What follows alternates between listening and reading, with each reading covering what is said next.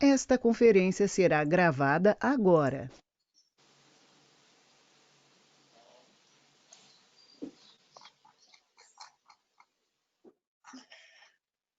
Bom dia a todos, bem-vindo a mais um webinar do IBEF, cujo tema é Novo Profissional de Tax, Adaptabilidade e Colaboração na Trajetória para o C-Level. Eu sou Meili Franco, líder da Comissão de Tributos do IBEF São Paulo, e quero agradecer a presença de todos vocês hoje no nosso webinar. Agradeço ainda as nossas entidades mantenedoras, 99 Empresas, B3, Banco Alfa, Celep, IBM, Deloitte, KPMG, PwC, Sampo e SAP, que possibilitam que o IBEF São Paulo se consolide a cada dia como lugar em que a comunidade financeira se encontra. Agradeço também aos participantes do painel de hoje, Ricardo Basalha, Gilberta Lucchesi, Elisângela Silva e Marina Biondo. Antes de iniciar, gostaria de dar algumas mensagens, aquelas que eu dou sempre no início dos nossos eventos. As perguntas devem ser encaminhadas à Rosa, a gente tem um chat de perguntas, e Rosa encaminha, então, ao Basalha, que é o nosso moderador de hoje. Agora, em novembro, a gente tem muitos eventos no IBEF acontecendo. Temos eventos de certificação, do Certificação CFO, com o tema de tecnologia e disrupção. Temos também a cerimônia de premiação do Prêmio Revelação 2020, que vai passar ao vivo nas nossas plataformas e redes sociais. Temos também a cerimônia de premiação do Prêmio Golden Tombstone, um prêmio já consolidado no mercado, que premia as mais importantes operações financeiras do ano, ao vivo nas redes sociais do IBEF. No dia 13, temos o webinar de apresentação dos finalistas do Prêmio Equilibrista. E no dia 17, o webinar de meios de pagamento. E no dia 25 de novembro, para coroar esse ano de sucesso dos eventos do IBEF, temos o webinar do IBEF Mulher, que vai tratar de diversidade racial, barreiras e caminhos para uma liderança mais inclusiva. Hoje nós temos no nosso painel Ricardo Basalha, ele vai ser o nosso moderador, ele é o Managing Director do Page Group. Temos como palestrantes Gilberta Lucchesi, como eu já mencionei, CFO na Repsol Sinopec Brasil, Elisângela Silva, Controller na Estée Lauder Companies Brasil, e Marina Biondo, que é Head of Tax and Customs na BMW Group Brasil. Agora eu passo a palavra ao Basalha e desejo a todos um excelente evento. Bom dia a todos. Bom dia a todos, Meili, mais uma vez obrigado pelo convite, que responsabilidade estar moderando essa discussão com um time tão seleto. E já para a gente aproveitar da melhor forma o nosso tempo aqui, que é bastante curto para um tema tão interessante, eu já vou começar já puxando algumas perguntas aqui, dando boas-vindas aqui para as nossas convidadas. E como só trazendo novamente, a Meili colocou, por favor, qualquer pergunta que vocês tenham, mandem para a Rosa, vocês encontrem ela no chat. A gente vai tentar aproveitar aqui ao máximo para passar por todas elas. Então eu queria já começar perguntando para Elisângela e depois, na sequência, eu vou passar para Gilberta. Mas começando com Elisângela. Elisângela, quais as competências requeridas para um líder de tax hoje? Oi, Ricardo, bom dia a todos. Obrigada pelo convite, é um prazer. Bem, acho que falando de competências, é claro que a gente tem que falar que esse profissional de tax precisa das competências técnicas. Esse profissional de tax, esse líder, ele precisa ter uma visão estratégica para entender quais projetos dentro da área tributária estão alinhados com a estratégia da empresa e que vão criar valor para a empresa, para que contribua no crescimento. É um profissional, Ricardo, que eu entendo que ele precisa trabalhar fora da sua zona de conforto, porque fora dessa zona de conforto é que com certeza ele vai buscar os desafios e são nesses desafios é que existem as oportunidades e as melhorias que com certeza ele vai trabalhar. E eu acho que um tema importante também é que ele construa um time com pessoas diferentes, pessoas que não tenham só conhecimentos tributários, mas pessoas que tenham conhecimentos de tecnologia, pessoas que tenham curiosidade de entender o negócio, como é que o negócio foi construído, como é que esse grupo, esse time, ele desafie cada passo, cada processo que existe dentro da companhia que possa trazer a geração de valor.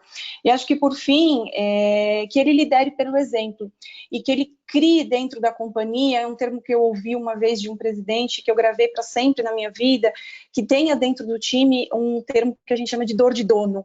Então, que o time entenda como é que é ser dono da companhia e quais as suas ações, que ele trabalhando de forma mais ativa, ele sendo dono, quais as contribuições que ele pode trazer. Então, acho que esses são os pontos que eu destaco dentro desse profissional. Muito bom, Elisângela. Gilberta, nos ajude aí com uns pontos adicionais que você enxerga aí quais são as competências, né, para um líder de techs hoje. Bom dia a todos, né? Obrigada pelo convite, né? Difícil complementar, a Elisângela praticamente falou super bem, né? Mas, enfim, tentando completar, né? A Elisângela já comentou, mas eu dividiria, assim, competências requeridas para um líder de techs, né? Eu diria competências técnicas e comportamentais, né? Técnicas, a Elisângela já comentou, líder de techs, esperado que techs como um todo, né? Acho que o líder de techs tem que ter uma visão de todos os impostos, né? Obviamente não saber de tudo, mas uma visão ampla de diretos e indiretos internacional, contabilidade, e um ponto que ela comentou, que eu acho que não diria como requerido, né? Mas que é importante, é a questão da digitalização, que eu acho que é uma palavra que vem sendo falada principalmente agora na época de pandemia. Então, acho que o líder de techs que tem esse conhecimento hoje, não requerido, mas que é um conhecimento, né, uma competência muito valiosa no mercado, essa questão da digitalização, né? Além do Excel, Word, PowerPoint, se ele tem conhecimento de rodar uma macro, um Power BI, eu acho que é algo muito valioso para o mercado hoje. E na questão comportamental, exatamente o que ela falou, essa dor de dono, né, que a gente chama de, talvez, do soft skill, isso também é muito bem visto para um líder de techs, né? E além disso, é toda a questão de gerenciamento de equipe, gerenciamento com pares de mercado, networking, né? Essa questão de curiosidade, que eu acho que está no sangue de quem é de techs, né? De sempre querer aprender mais, sempre querer ver como funciona, né? Já que é uma área que lida com todas as outras áreas da companhia. E acho que, em resumo, né, tentando complementar o que eu já disse, isso, são as competências que são requeridas, né, as maiores no líder de techs, né? Algo que chama muita atenção na fala de vocês, eu observo aqui como recrutador, aqui na Page, a gente com quase 200 pessoas, a gente entrevista quase 6.000 executivos por mês. Uma pesquisa que me chamou muito a atenção é que 91% dos profissionais são contratados por questões técnicas e depois demitidos por questões comportamentais. 91%. Então a gente contrata porque a pessoa tem habilidade, tem conhecimento, tem experiência na área e depois questões comportamentais como atitude, trabalho em equipe, no final do dia acabam impactando bastante. E deixa eu aproveitar para puxar a próxima pergunta, já dando boas-vindas para Marina. Marina, a função fiscal hoje ela é muito mais do que compliance. Então, dentro desse contexto, o que um líder de techs deve demandar da sua equipe para que cumpra o que é esperado da área de techs? Bom, gente, bom dia a todas e a todos, né? Muito legal estar nesse evento hoje. Acho que uma coisa que eu aprendi a fazer e que eu sempre, assim, sempre que possível eu faço, é trazer os profissionais do meu time de techs e de customs também para o palco, né? Então, quando a gente tem uma reunião com a diretoria ou alguma apresentação de riscos e oportunidades para o CFO e para o CEO, que são reuniões com um número menor de pessoas, que a gente apresenta um tema técnico, mas também tem essa questão de soft skills para conseguir responder as perguntas, porque normalmente quando a gente leva um tema, seja até mesmo de compliance, né, ou seja um planejamento, algo novo, um risco que está sendo apresentado, quando não é para a área de techs, que é o que geralmente acontece, né, as perguntas são: qual que é o impacto financeiro? Como que isso aparece no P&L? E o risco para o passado? O que a gente poderia ter feito para evitar? O que aconteceu? Então, são perguntas que não são técnicas, né? E são questionamentos que eu acho que, ao longo da carreira do profissional de techs, quanto mais ele escuta e quanto mais ele tem que explicar essas dúvidas que são de pessoas que não são da área, ele vai sendo treinado, né? E até comentando um pouco o que foi, enfim, da pergunta anterior, eu tive uma chefe na consultoria ainda, né? Eu trabalhei muito tempo em consultoria, e ela falava que ela preferia contratar alguém mediano tecnicamente, mas que ela apostava muito no comportamento, que ela apostava muito na potência dos soft skills daquela pessoa. E isso, para mim, tá muito claro, né? Hoje, do outro lado da mesa, trabalhando na indústria, Eu comento com a minha equipe, brinco muito, que às vezes eu sinto falta de passar 1, 2 horas numa discussão puramente técnica, porque normalmente eu não estou fazendo isso, normalmente eu estou discutindo algum impacto para a empresa, eu estou gerindo alguma questão do time, eu estou fazendo outras coisas que ao longo da minha carreira eu fui adquirindo, fui treinando. Então acho que assim é trazer as pessoas para o palco e mostrar o impacto do trabalho, sabe? O impacto na empresa, como que isso atinge. Aí a gente tem uma troca enorme com a controladoria e com a contabilidade lá na BMW, né? E a gente vai sendo treinado para essa parte estratégica mesmo, e assim, a gente já vai para a reunião hoje já sabendo quais as perguntas que vêm, né? Então, a gente tem que saber bastante como é a fotografia do nosso balanço, a gente tem que saber quantos carros a gente vende por mês, qual que é o nosso volume, qual que é a nossa contribution margin, a gente tem que ter muita informação, não é só a informação técnica, porque a informação técnica a gente muitas vezes consegue do mercado, dos nossos consultores, advogados, né? Agora, isso de quem está dentro da empresa e que conhece a cultura e conhece a empresa e conhece o negócio, eu acho que hoje é algo que está sendo muito demandado em todos os setores, eu vejo. Ótimos pontos. Elisângela, quer complementar com os pontos aqui adicionais? A gente combinou aqui de hora ou outra a gente trazer alguém para complementar, mas as respostas aqui estão tão completas que a gente ficou com um belo desafio aqui. Mas fica à vontade de trazer um ponto ou outro. Pois é verdade, Ricardo, tá difícil complementar a Marina, acho que ela colocou bem todos os pontos, então acho que eu do meu lado eu reforço essa cultura de business partner dentro do time e não ser só uma área reativa que fica ali esperando ser demandada, né? Acho que isso é muito o que a gente tem que levar para os times, e acho que não só para o time de techs, de uma forma geral, como é que as áreas interagem, como é que a gente leva essa cultura de business partner, não seja mais aquela área só do não, né? Ah, não pode, não pode, não vamos. Não, tá bom, como é que a gente constrói isso junto? Muito do que a Marina falou, né? Tá muito próximo desse time que está fazendo as análises de dados. E aí eu acho que 2 pontos que eu acrescentaria falando em dados, ter informações confiáveis, porque é muito importante que essa área de techs ela tenha credibilidade sobre as informações que ela está colocando à mesa para que os gestores tomem as suas decisões. Então, que ela não apresente um número e depois é outro número, agora é a 2ª versão, a 3ª, estamos na 30ª versão. Então, ter bases de dados confiáveis é extremamente importante para suportar o business para os próximos passos. E para você ter uma base de dados confiáveis, esses profissionais precisam ter um bom compliance. E para ter um bom compliance, eles precisam não ficar num círculo vicioso só arrumando problemas do passado.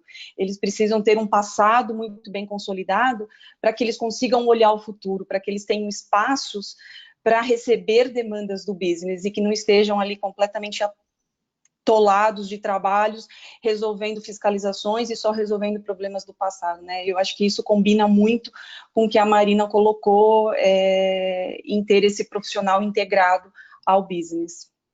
Acho que esses são os meus pontos, Ricardo. Ótimos pontos. Deixa eu aproveitar já na tua fala, Elisângela, já vou emendar uma pergunta para você. Muito ligado a isso, quando a gente fala dos novos ecossistemas de colaboração, né, unindo talentos, tecnologia, gestão, fiscalização, como que o profissional de techs, né, de qualquer nível, pode se adaptar a essa mudança? O mundo VUCA dentro da área de techs aí com todas essas mudanças.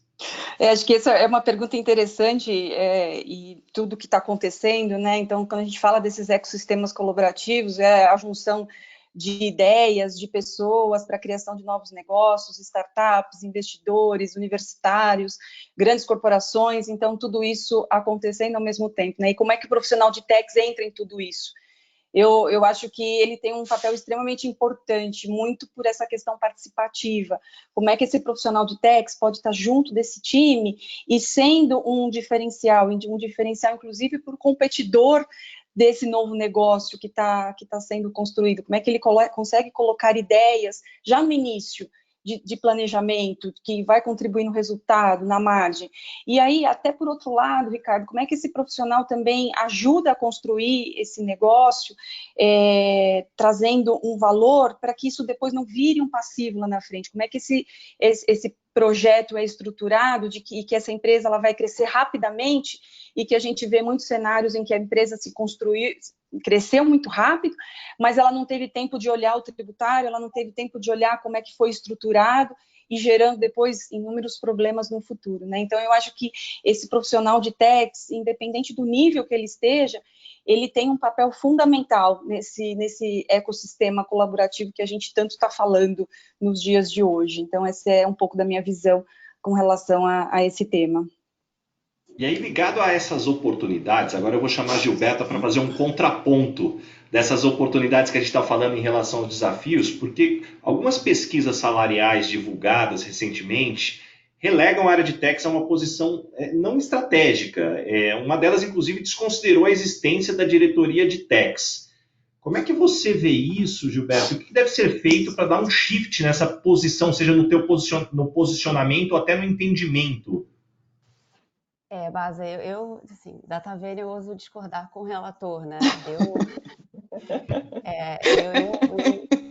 Eu acho que sim, a área de tax é uma posição estratégica, e por quê, né? Vou fundamentar minha posição, minha discordância. Porque eu acho que é uma área que ela consegue virar o NPV de um projeto, ela consegue mudar o free cash flow de uma empresa, simplesmente pela questão de impostos, né? Acho que a maioria de vocês já deve ter visto um projeto, né, um goal, não goal, somente pela questão de tax. Isso a gente consegue ver no nosso dia a dia, né? Aqueles que já têm uma experiência. Então, eu acho que por isso, sim, é uma área estratégica, né? Não é à toa que a área de tax é envolvida nos principais projetos, né? Ela é uma das primeiras áreas assim, envolvidas sempre que tem um projeto de grande porte. Por isso que eu acho que sim, é uma área de estratégia e deve continuar sendo considerada estratégica em todas as empresas, né? Antônia, consulte sempre seu tax advisor, né? O slogan mundialmente, né? Se não fosse estratégico, não existiria esse slogan, né? Mas isso para mim, é um fato, né? Isso incontestável, eu defendo até morrer.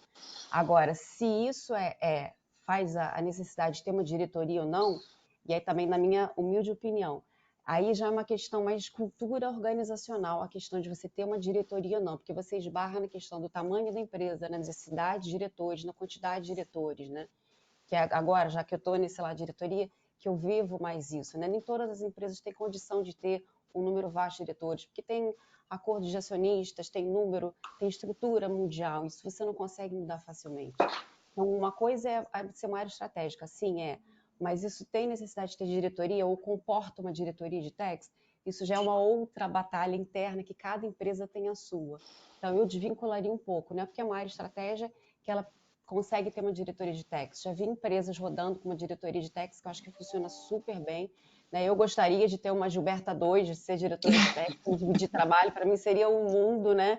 Todo mundo fala que gostaria de ter mais tempo comigo, que eu não consigo falar com todo mundo, então para mim seria maravilhoso, mas hoje na Repsol, que é a empresa que eu trabalho, a estrutura não é assim, não existe uma diretoria de tax, né?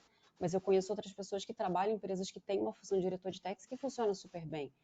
Então, eu desvincularia, só na minha opinião, na minha humilde opinião, eu desvincularia essa questão da área ser estratégica com a figura do diretor de tax. Eu acho que essa figura de diretor de tax é muito mais uma questão organizacional ou cultural do que uma área estratégica ou não. Porque, por exemplo, também, eu já vi empresas que têm uma figura do diretor de TI, diretor de RH, diretor de HSE, independente de ser estratégico ou não. Enfim, essa é a minha contribuição. Sim, é uma área estratégica, e essa questão de diretoria, para mim, eu acho que vai além dessa questão de ser estratégico ou não, é mais uma questão organizacional de tamanho e de porte da empresa.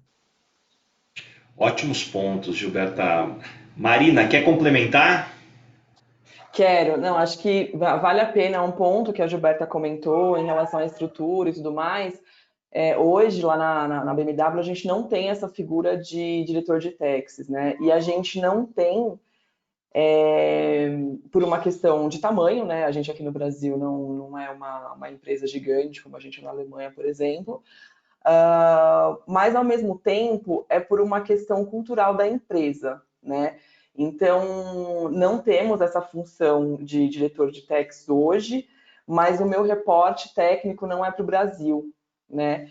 Então não tem a função de diretor, mas nas reuniões de decisões eu sou convidada a participar. Não temos essa função de diretor, mas nas questões de discussão, de promoção, estrutura, etc., da minha área, o last call é meu. Então, assim, eu acho que isso varia muito da cultura da empresa, tem essa questão de estrutura mesmo, e assim, aqui no Brasil, a gente é um país tax-driven para os negócios, né? Então, a gente pode alavancar ou a gente pode matar um negócio por um planejamento mal feito, por algo que não foi visto, enfim.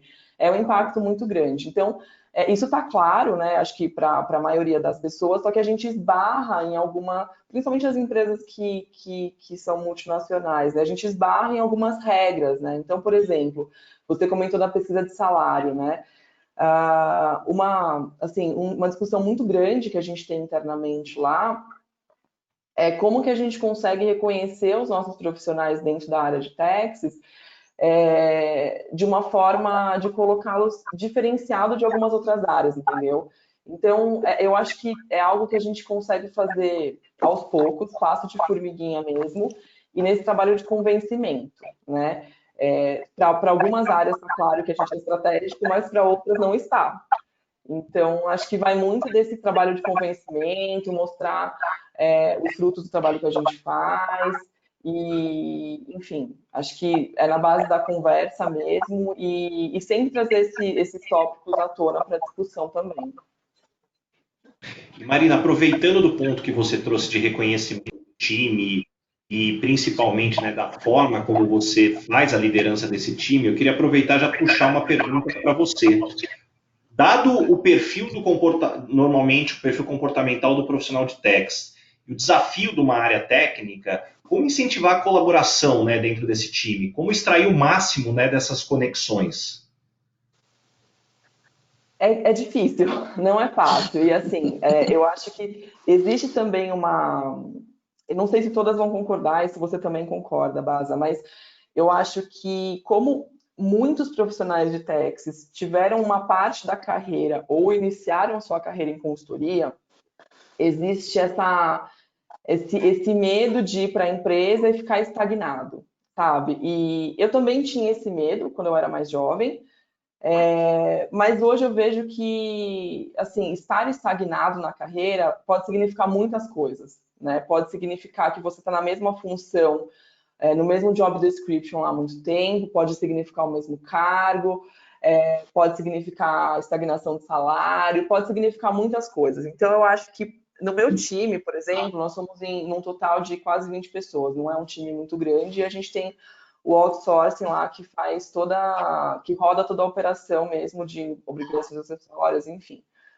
E aí, internamente no meu time, o que eu tento fazer é identificar quais são os desejos individuais, né, e as possibilidades da empresa, né? E nesse processo, eu sou o mais transparente possível, né? Então, eu sempre tento gerenciar as expectativas das pessoas nos períodos que antecedem as avaliações e o período de promoção. Eu sempre sou muito transparente do que a nossa estrutura comporta e não comporta. E para os casos em que eu tenho uma pessoa que já está bastante madura para a posição, que ela já está totalmente pronta para ir para outra posição, é algo meio contraditório, mas eu começo a vender essa pessoa para as outras áreas, entendeu? Porque, assim, eu acho que quem está na minha equipe e quem está no dia a dia, é importante para eles que eles vejam que tem crescimento. E, de fato, tem crescimento. Só que não necessariamente esse crescimento vai ser uma promoção. Esse crescimento ele pode ser uma lateralidade, esse crescimento ele pode ser a mudança para uma nova área. Então, eu acho que a gente tem que fazer essas duas coisas. Entender os desejos das pessoas, ajudar essas pessoas a gerenciar expectativas e entender muito bem como é que funciona o processo dentro da sua própria empresa, né? Junto com a RH, com a diretoria, com quem quer que seja, né, que participa desse processo de crescimento, e entender e fazer aí essa receita dar certo, fazer dar boa disso, né? Muito bem colocado, Marina. E aproveitando para puxar agora a próxima pergunta com a Elisângela, linkado ao ponto que você colocou. Elisângela, quais dicas você pode deixar para que o profissional de tax tenha uma maior interlocução com o negócio? Até para que com isso amplie as possibilidades que ele possa ter dentro da empresa, mas também, claro, como ele potencializa os resultados que ele pode entregar, dado essa interlocução. Boa pergunta, Baza. E acho que está muito alinhado com o que a Marina disse, né, de como a gente expõe esse profissional para a companhia. E eu acho que esse profissional de techs, ele, na sua liderança, ou ele dentro da equipe, ele precisa trabalhar essa visibilidade da área também dentro da companhia.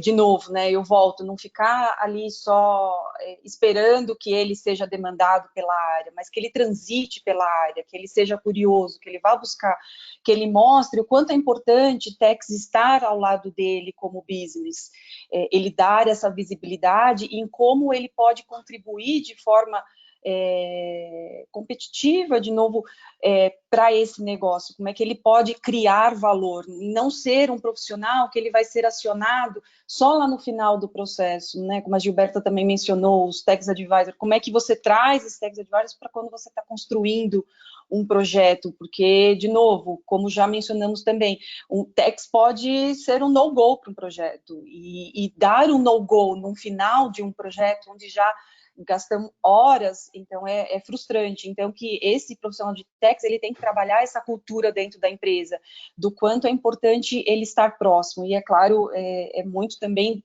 da área de tax ter essa cultura e se movimentar para dentro do business e não ficar aguardando o business demandá-la. Acho que as meninas querem contribuir com algum ponto, mas essa é a minha posição. Deixa eu aproveitar e passar para a Gilberta para que ela coloque o ponto dela adicional, mas eu já vou dar uma temperada na pergunta. Gilberta, você acredita que o profissional de tax realmente deveria procurar ou está aberto a um job rotation? Porque eu ainda vejo que esses casos são muito raros.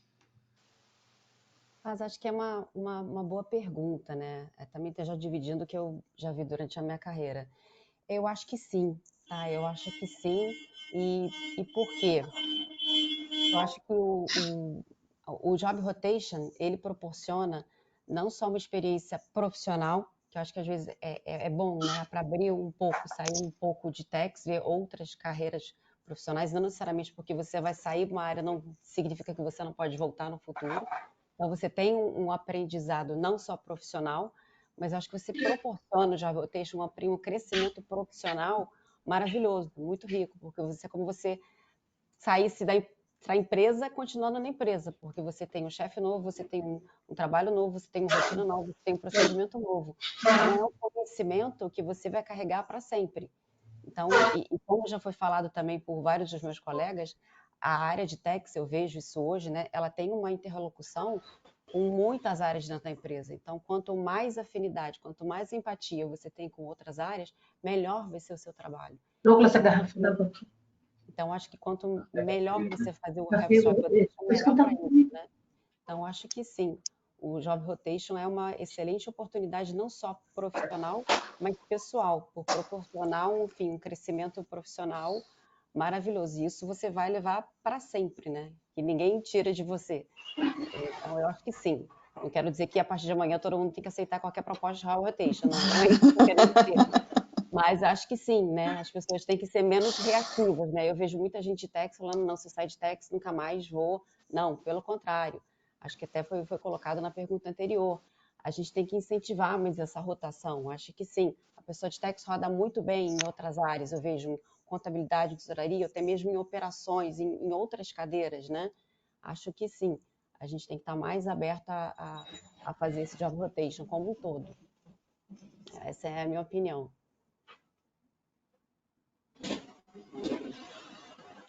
Baza, posso só quebrar o protocolo e não vou complementar.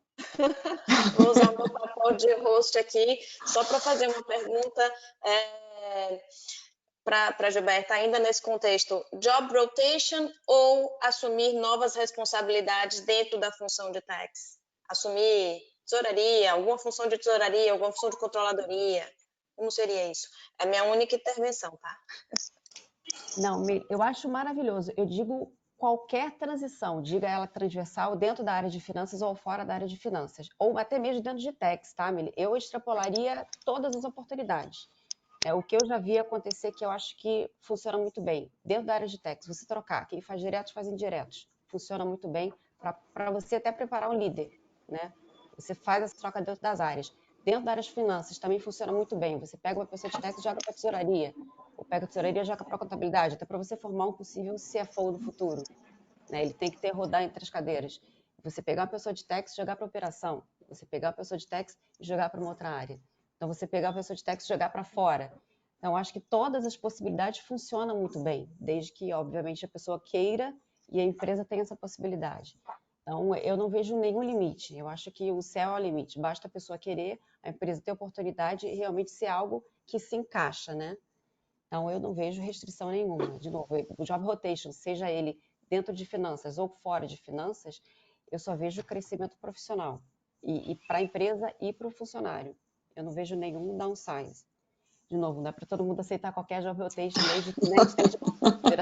Não quero que ninguém vá para a Líbia amanhã trabalhar, né, no posto de exploração, não é isso, mas que esteja dentro do plano de desenvolvimento de pessoal de carreira de cada um. Mas eu acho que sim, tem que um pouco quebrar esse paradigma, né? Uma vez tax, sempre tax, não vou sair daqui, quero morrer aqui.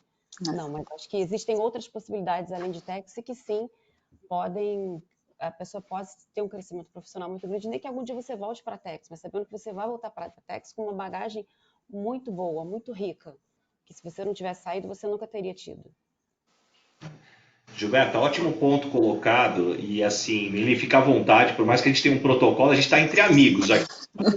Já a nossa conversa aqui está muito informal, acho que isso que tem um ganho, e com isso eu vou também tomar a liberdade de trazer um ponto do que eu vejo entrevistando profissionais de tax, que eu acho que a tua pergunta foi muito bem colocada, Mili, que o caminho óbvio, talvez, na cabeça da maior parte dos profissionais de tax, é o crescimento e, em determinado momento, assumir mais responsabilidades. E o menos óbvio é deixar a minha área, seja que eu estou em direto e vou para indireto, ou o inverso, ou eu saio de tax e vou para outra área, é ali aonde talvez paradigmas maior, porque assumir mais responsabilidades dentro, mantendo o que você já tem, é normalmente o caminho que deixa mais segurança para as pessoas. E também, mais uma vez, cada empresa vai te dar um caminho muito diferente. Acho que a abertura ela é fundamental. Mas eu vou aproveitar só para puxar a opinião da Marina, que a gente acabou no pedindo sobre esse último ponto. Marina, ainda sobre job rotation, algum ponto adicional? Não, acho que, nossa, a Gilberta foi extremamente clara, eu concordo com tudo. Eu queria só dar dois exemplos, né? A gente, lá na BMW, a gente tem uma cultura, é muito valorizado o profissional flexível, extremamente valorizado, né? Então, a gente tem todo um processo para rotation e para transferência entre áreas, seja localmente, seja para fora, né? Inclusive com prazos, quanto tempo depois que o profissional aceita uma proposta, que a gente pode segurar essa pessoa para fazer o handover. Então, é muito bem estruturado isso e é extremamente valorizado, né? E não só entre as áreas de finance, mas também para a operação, né? E assim, na minha área, eu tenho dois exemplos, né? Eu brinco, eu falo que foi um case de sucesso tão grande, inclusive a gente acabou perdendo ele para o mercado, né?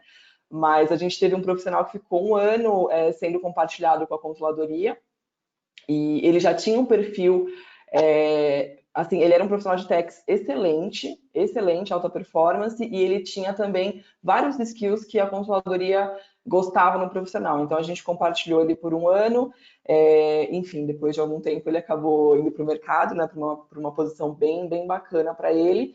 E a gente agora, eu estou com uma das minhas gerentes, ela está trabalhando também parte do tempo para a controladoria da planta, cobrindo uma licença maternidade. Então, assim, eu falo que foi um caso que foi bom para todo mundo. Para ela, porque controladoria é uma área que ela gosta muito, ela participa bastante dos projetos de estratégia de mercado, né, que a gente tem anualmente. E, enfim, para a empresa foi bom, porque ela está conseguindo cobrir a licença, a gente não precisou contratar mais um profissional temporário e tudo mais. E para mim foi bom porque isso aumenta a interação entre as áreas, facilita a comunicação, então foi assim, um processo excelente para todo mundo. E o CFO me perguntou, né, o que você vai fazer se ela decidir deixar a sua área? Eu falei, vou deixar aí, a gente tem que treinar as pessoas, vai ser assim, extremamente difícil porque ela é uma das minhas gerentes mais experientes e ela é uma pessoa que, enfim, extremamente competente, mas faz parte da vida, né? As pessoas vêm e vão e a gente contribui para o crescimento de todo mundo. Muito bem colocado, Marina, como aquela piada na área de carreiras, né? Pior seria se você não a treinasse e ela decidisse ficar. Então, aí sim seria um desafio para os times. Enquanto ela está se desenvolvendo, é uma oportunidade. E aí, dentro dessa linha, eu queria aproveitar e puxar agora uma pergunta para a Gilberta. A gente falou bastante da visão aqui do potencial da árvore, eu queria puxar uma visão agora da floresta. O que o CFO espera do seu líder de techs? Eu acho que essa é uma pergunta boa, Marta. Acho que, além de tudo que a gente já comentou nas perguntas anteriores, né, que é a questão da competência técnica, né, enfim, competência comportamental, questão dos soft skills, mas acho que o que os CFOs também esperam do líder de techs é evitar contingência, né? Acho que ninguém quer contingência para a empresa, ninguém quer nenhum passivo nos livros, né? Como é que a gente espera que se evite contingência, né? Através de um bom compliance. Compliance é processo. Então, acho que um líder de techs ele tem que ter um bom processo dentro da área, um bom planejamento, um bom gerenciamento e também resultados positivos, né? Que eu acho que a área de techs é uma área que ela tem a flexibilidade de trazer resultados positivos, né? Como a gente mencionou, né? Trazer um NPV, uma melhoria de fluxo de caixa, né? E é como, né, que a gente espera isso? Através de novas ideias, novos planejamentos, novas ações judiciais, reuniões com escritórios, reuniões com Big Four, né, benchmarks, né, o que o mercado está fazendo, sempre, né, sair um pouco da área de techs, olhar para o lado, o que o mercado está fazendo, né, e muito essa questão de soft skills, né, que foi falado, né, que a parte técnica, como a gente falou, né, o líder é uma posição senior, né, então a parte técnica já é esperado que essa pessoa tenha, né, como você bem colocou, né. Então, o que é ressaltado agora? Essa questão de soft skills, né? Que tem uma boa comunicação com todos os pares da empresa, que facilita o trabalho, que é engraçado você ver, isso apareceu em todas as perguntas, né? Todos os colegas colocaram esse muito bom ponto, né? A questão da empatia, de bom relacionamento, isso é necessário para o trabalho de todo mundo, né? E é esperado também da diretoria também, esse bom relacionamento com os pares e gerenciamento de conflito, né? Isso é o que todo mundo espera, no caso das demais áreas da empresa, né? E a área de techs, como é uma área, vou dizer assim, borbulhante, né? Eu acho que tem que ter uma comunicação, assim, muito fluida, né? Saiu alguma legislação nova, saiu algum impacto, que tem uma comunicação, e não só, não, sai uma legislação, chegou um auto de infração, tem um planejamento, não, né? É tipo, de quanto a gente está falando, qual a mensuração, qual o impacto para o negócio, né? É possível, sempre um trabalho redondo, né? Chegar a algo pronto, né? Acho que a pior coisa que pode existir, que acho que quem trabalha em empresa multinacional sabe disso, né? Tem os escritórios que mandam as informações lá para fora, né? Então, e a lei de Murphy, né? Dia que sai alguma coisa que eu não leio ou não consigo conversar com ninguém, tem uma reunião de diretoria, o CEO olha para mim e pergunta, Gilberto, aquela IMP que sai hoje, qual o impacto para a gente? Você olha e fala, ah, tá, vou verificar.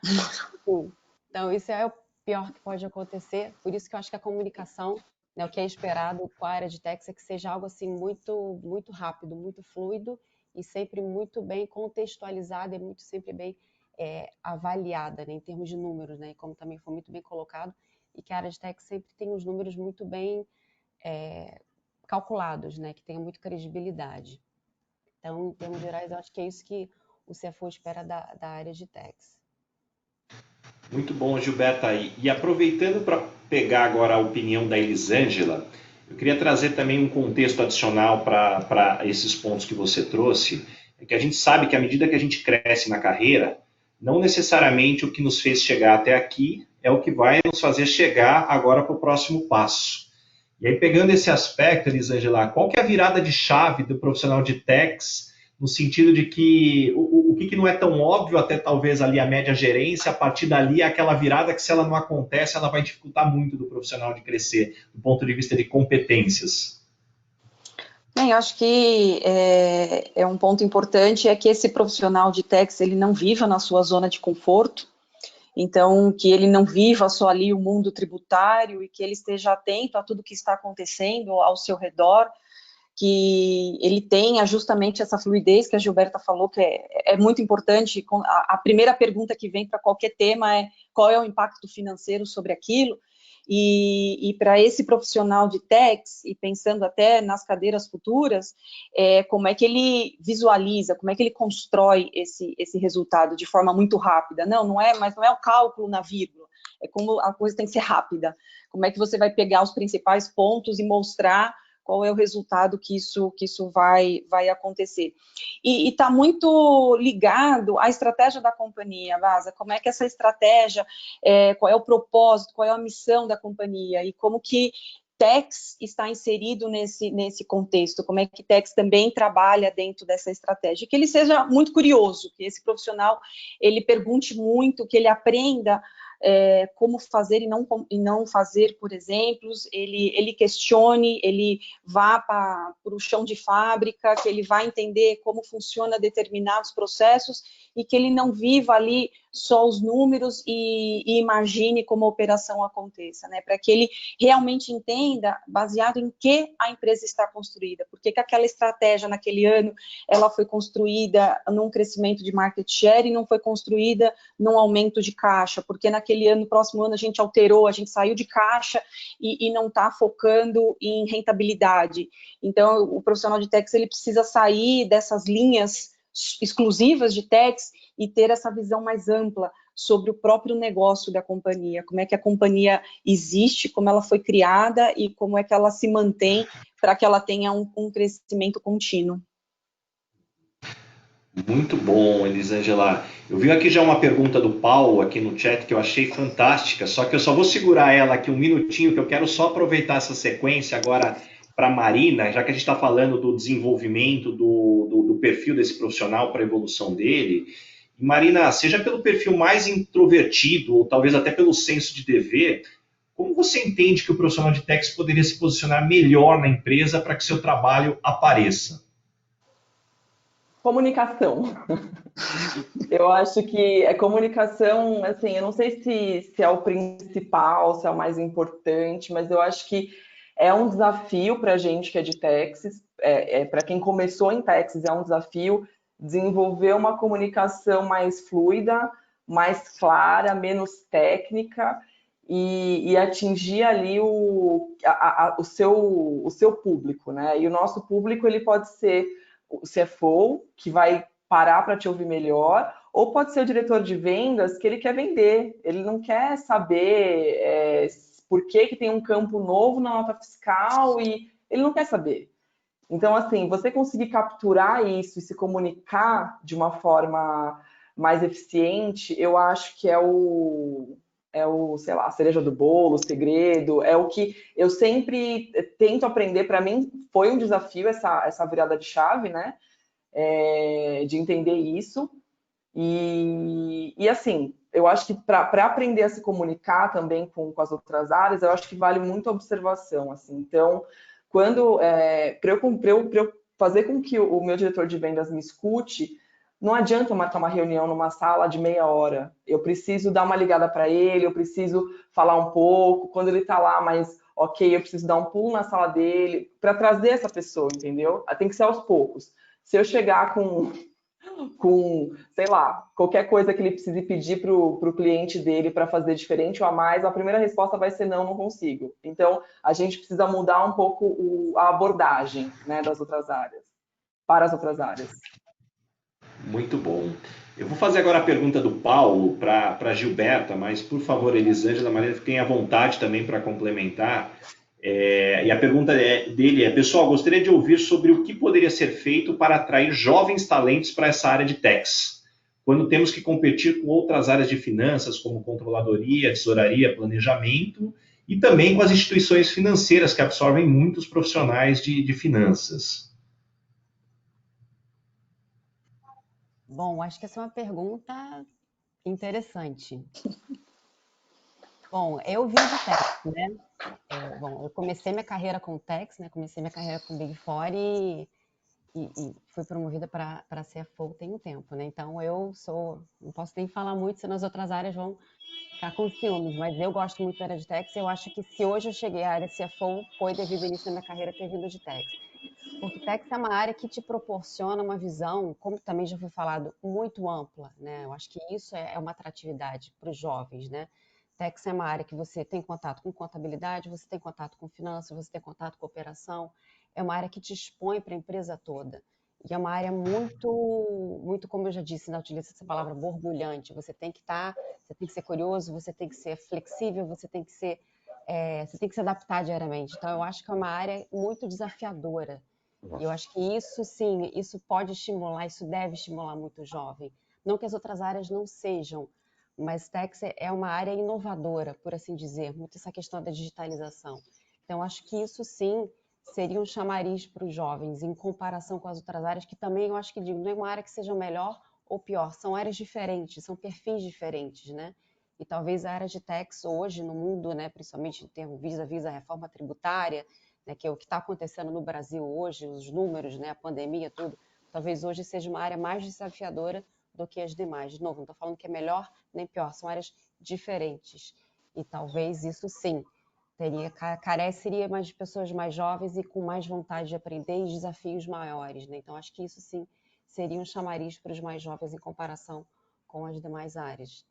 Essa questão de digitalização está sendo muito requerido do perfil de Tex, como eu falei na primeira pergunta, que se as pessoas mais jovens, né? Eu não estudei digitalização na minha época de faculdade, nem existia isso na minha época, né? Nem vou falar quando para não dedurar a idade, mas os mais jovens já estão vindo com esse skill, né? Vamos dizer assim, né? Essa atualização já vem dentro hoje, né? Eu não tive, né? Estou sofrendo, então amo ter pessoas na equipe que tenham esse skill que eu não tenho.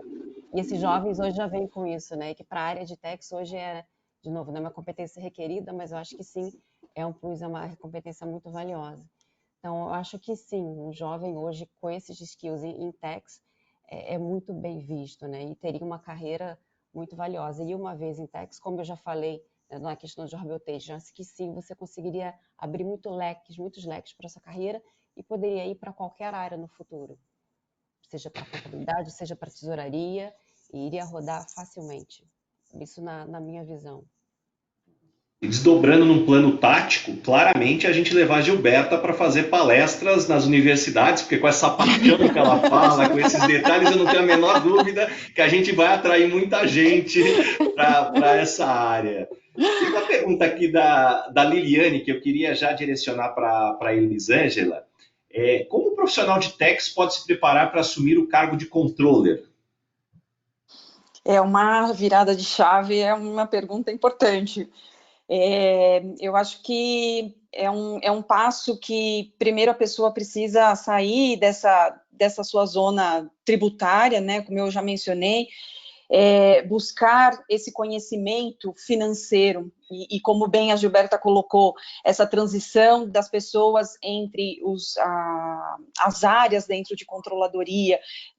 Eu trabalhei muito com o time de planejamento financeiro, é um time que sempre me deu muita informação, eu sempre consegui abrir muito a minha cabeça e ter muitos dados através do time de planejamento financeiro, né, muito construindo forecast, budget, novos negócios. Então, esse profissional, ele buscar essas informações e buscar esses desafios, né, sair do seu status atual e buscar esse conhecimento, esses skills de como fazer, de como olhar, o quanto é importante. E com certeza, esse conhecimento tributário vai ajudá-lo muito, porque com certeza quando ele estiver olhando qualquer planejamento, qualquer formação de um novo negócio, ele com certeza na cabeça dele, ele já vai processar o final da linha, como é que aquele projeto pode trazer um impacto positivo ou negativo, como é que aquele projeto, quem são as pessoas que ele precisa engajar. Então, com certeza, esse profissional de Tex, eu como controller, eu tenho um carinho especial, né, também comecei minha carreira no tributário, então, aquele profissional de Tex é aquele profissional que está buscando essa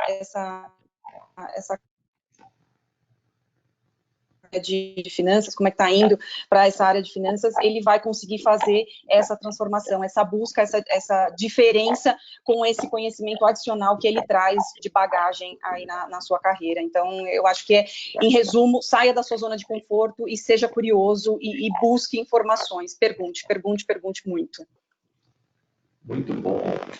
Gente, estamos caminhando aqui para o final, aqui temos aqui os minutos finais, aqui até para a gente manter a agenda de todo mundo. Então, eu queria deixar aqui uma pergunta final para cada um de vocês. considerações ou mensagem para as pessoas que estão nos ouvindo aqui, que estão buscando seu desenvolvimento?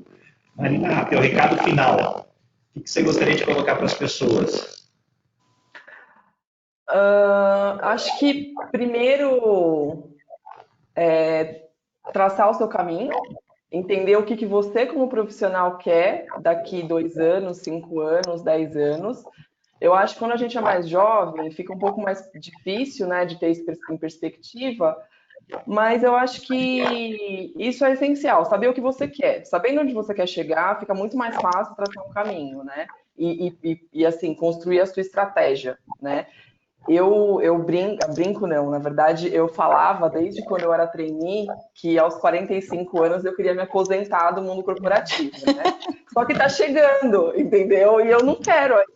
Então eu acho que mudar o plano também faz sentido, né? Eu comecei uma outra graduação agora, eu tenho um desejo muito grande para a vida acadêmica. E aí agora que eu tô assim, nesse caminho, eu fico pensando, será que é tão curta a carreira assim? Eu já me vejo já com 50, 55, entendeu? Mas assim, eu acho que saber onde você quer chegar ajuda muito. Isso me ajudou muito e ir ajustando seu plano, né? Fazendo ajustes finos aí ao longo da carreira. A gente vai perdendo mais o medo conforme a maturidade vai chegando, isso é muito importante. Enfim, e ser corajoso para a mudança. Acho que isso é importante. Muito bom. Você sabe que a minha dissertação de mestrado, o tema foi também sobre trabalho. E aí, as pesquisas mostram que com a evolução da tecnologia na área da saúde, é estimado que a gente deve ter, em breve, pelo menos 100 anos de vida útil. E com o mercado mudando tão rápido, a gente deve ter de 4 a 6 carreiras ao longo da vida. Então, Marina, você está puxando aí, ó, sem dúvida nenhuma, aí a fila dessa tendência. E, Gilberto, já agradecendo a sua participação, também pedindo para você deixar suas considerações, dicas para quem nos assistiu aqui. Eu acho que eu vou muito em linha do que ela falou.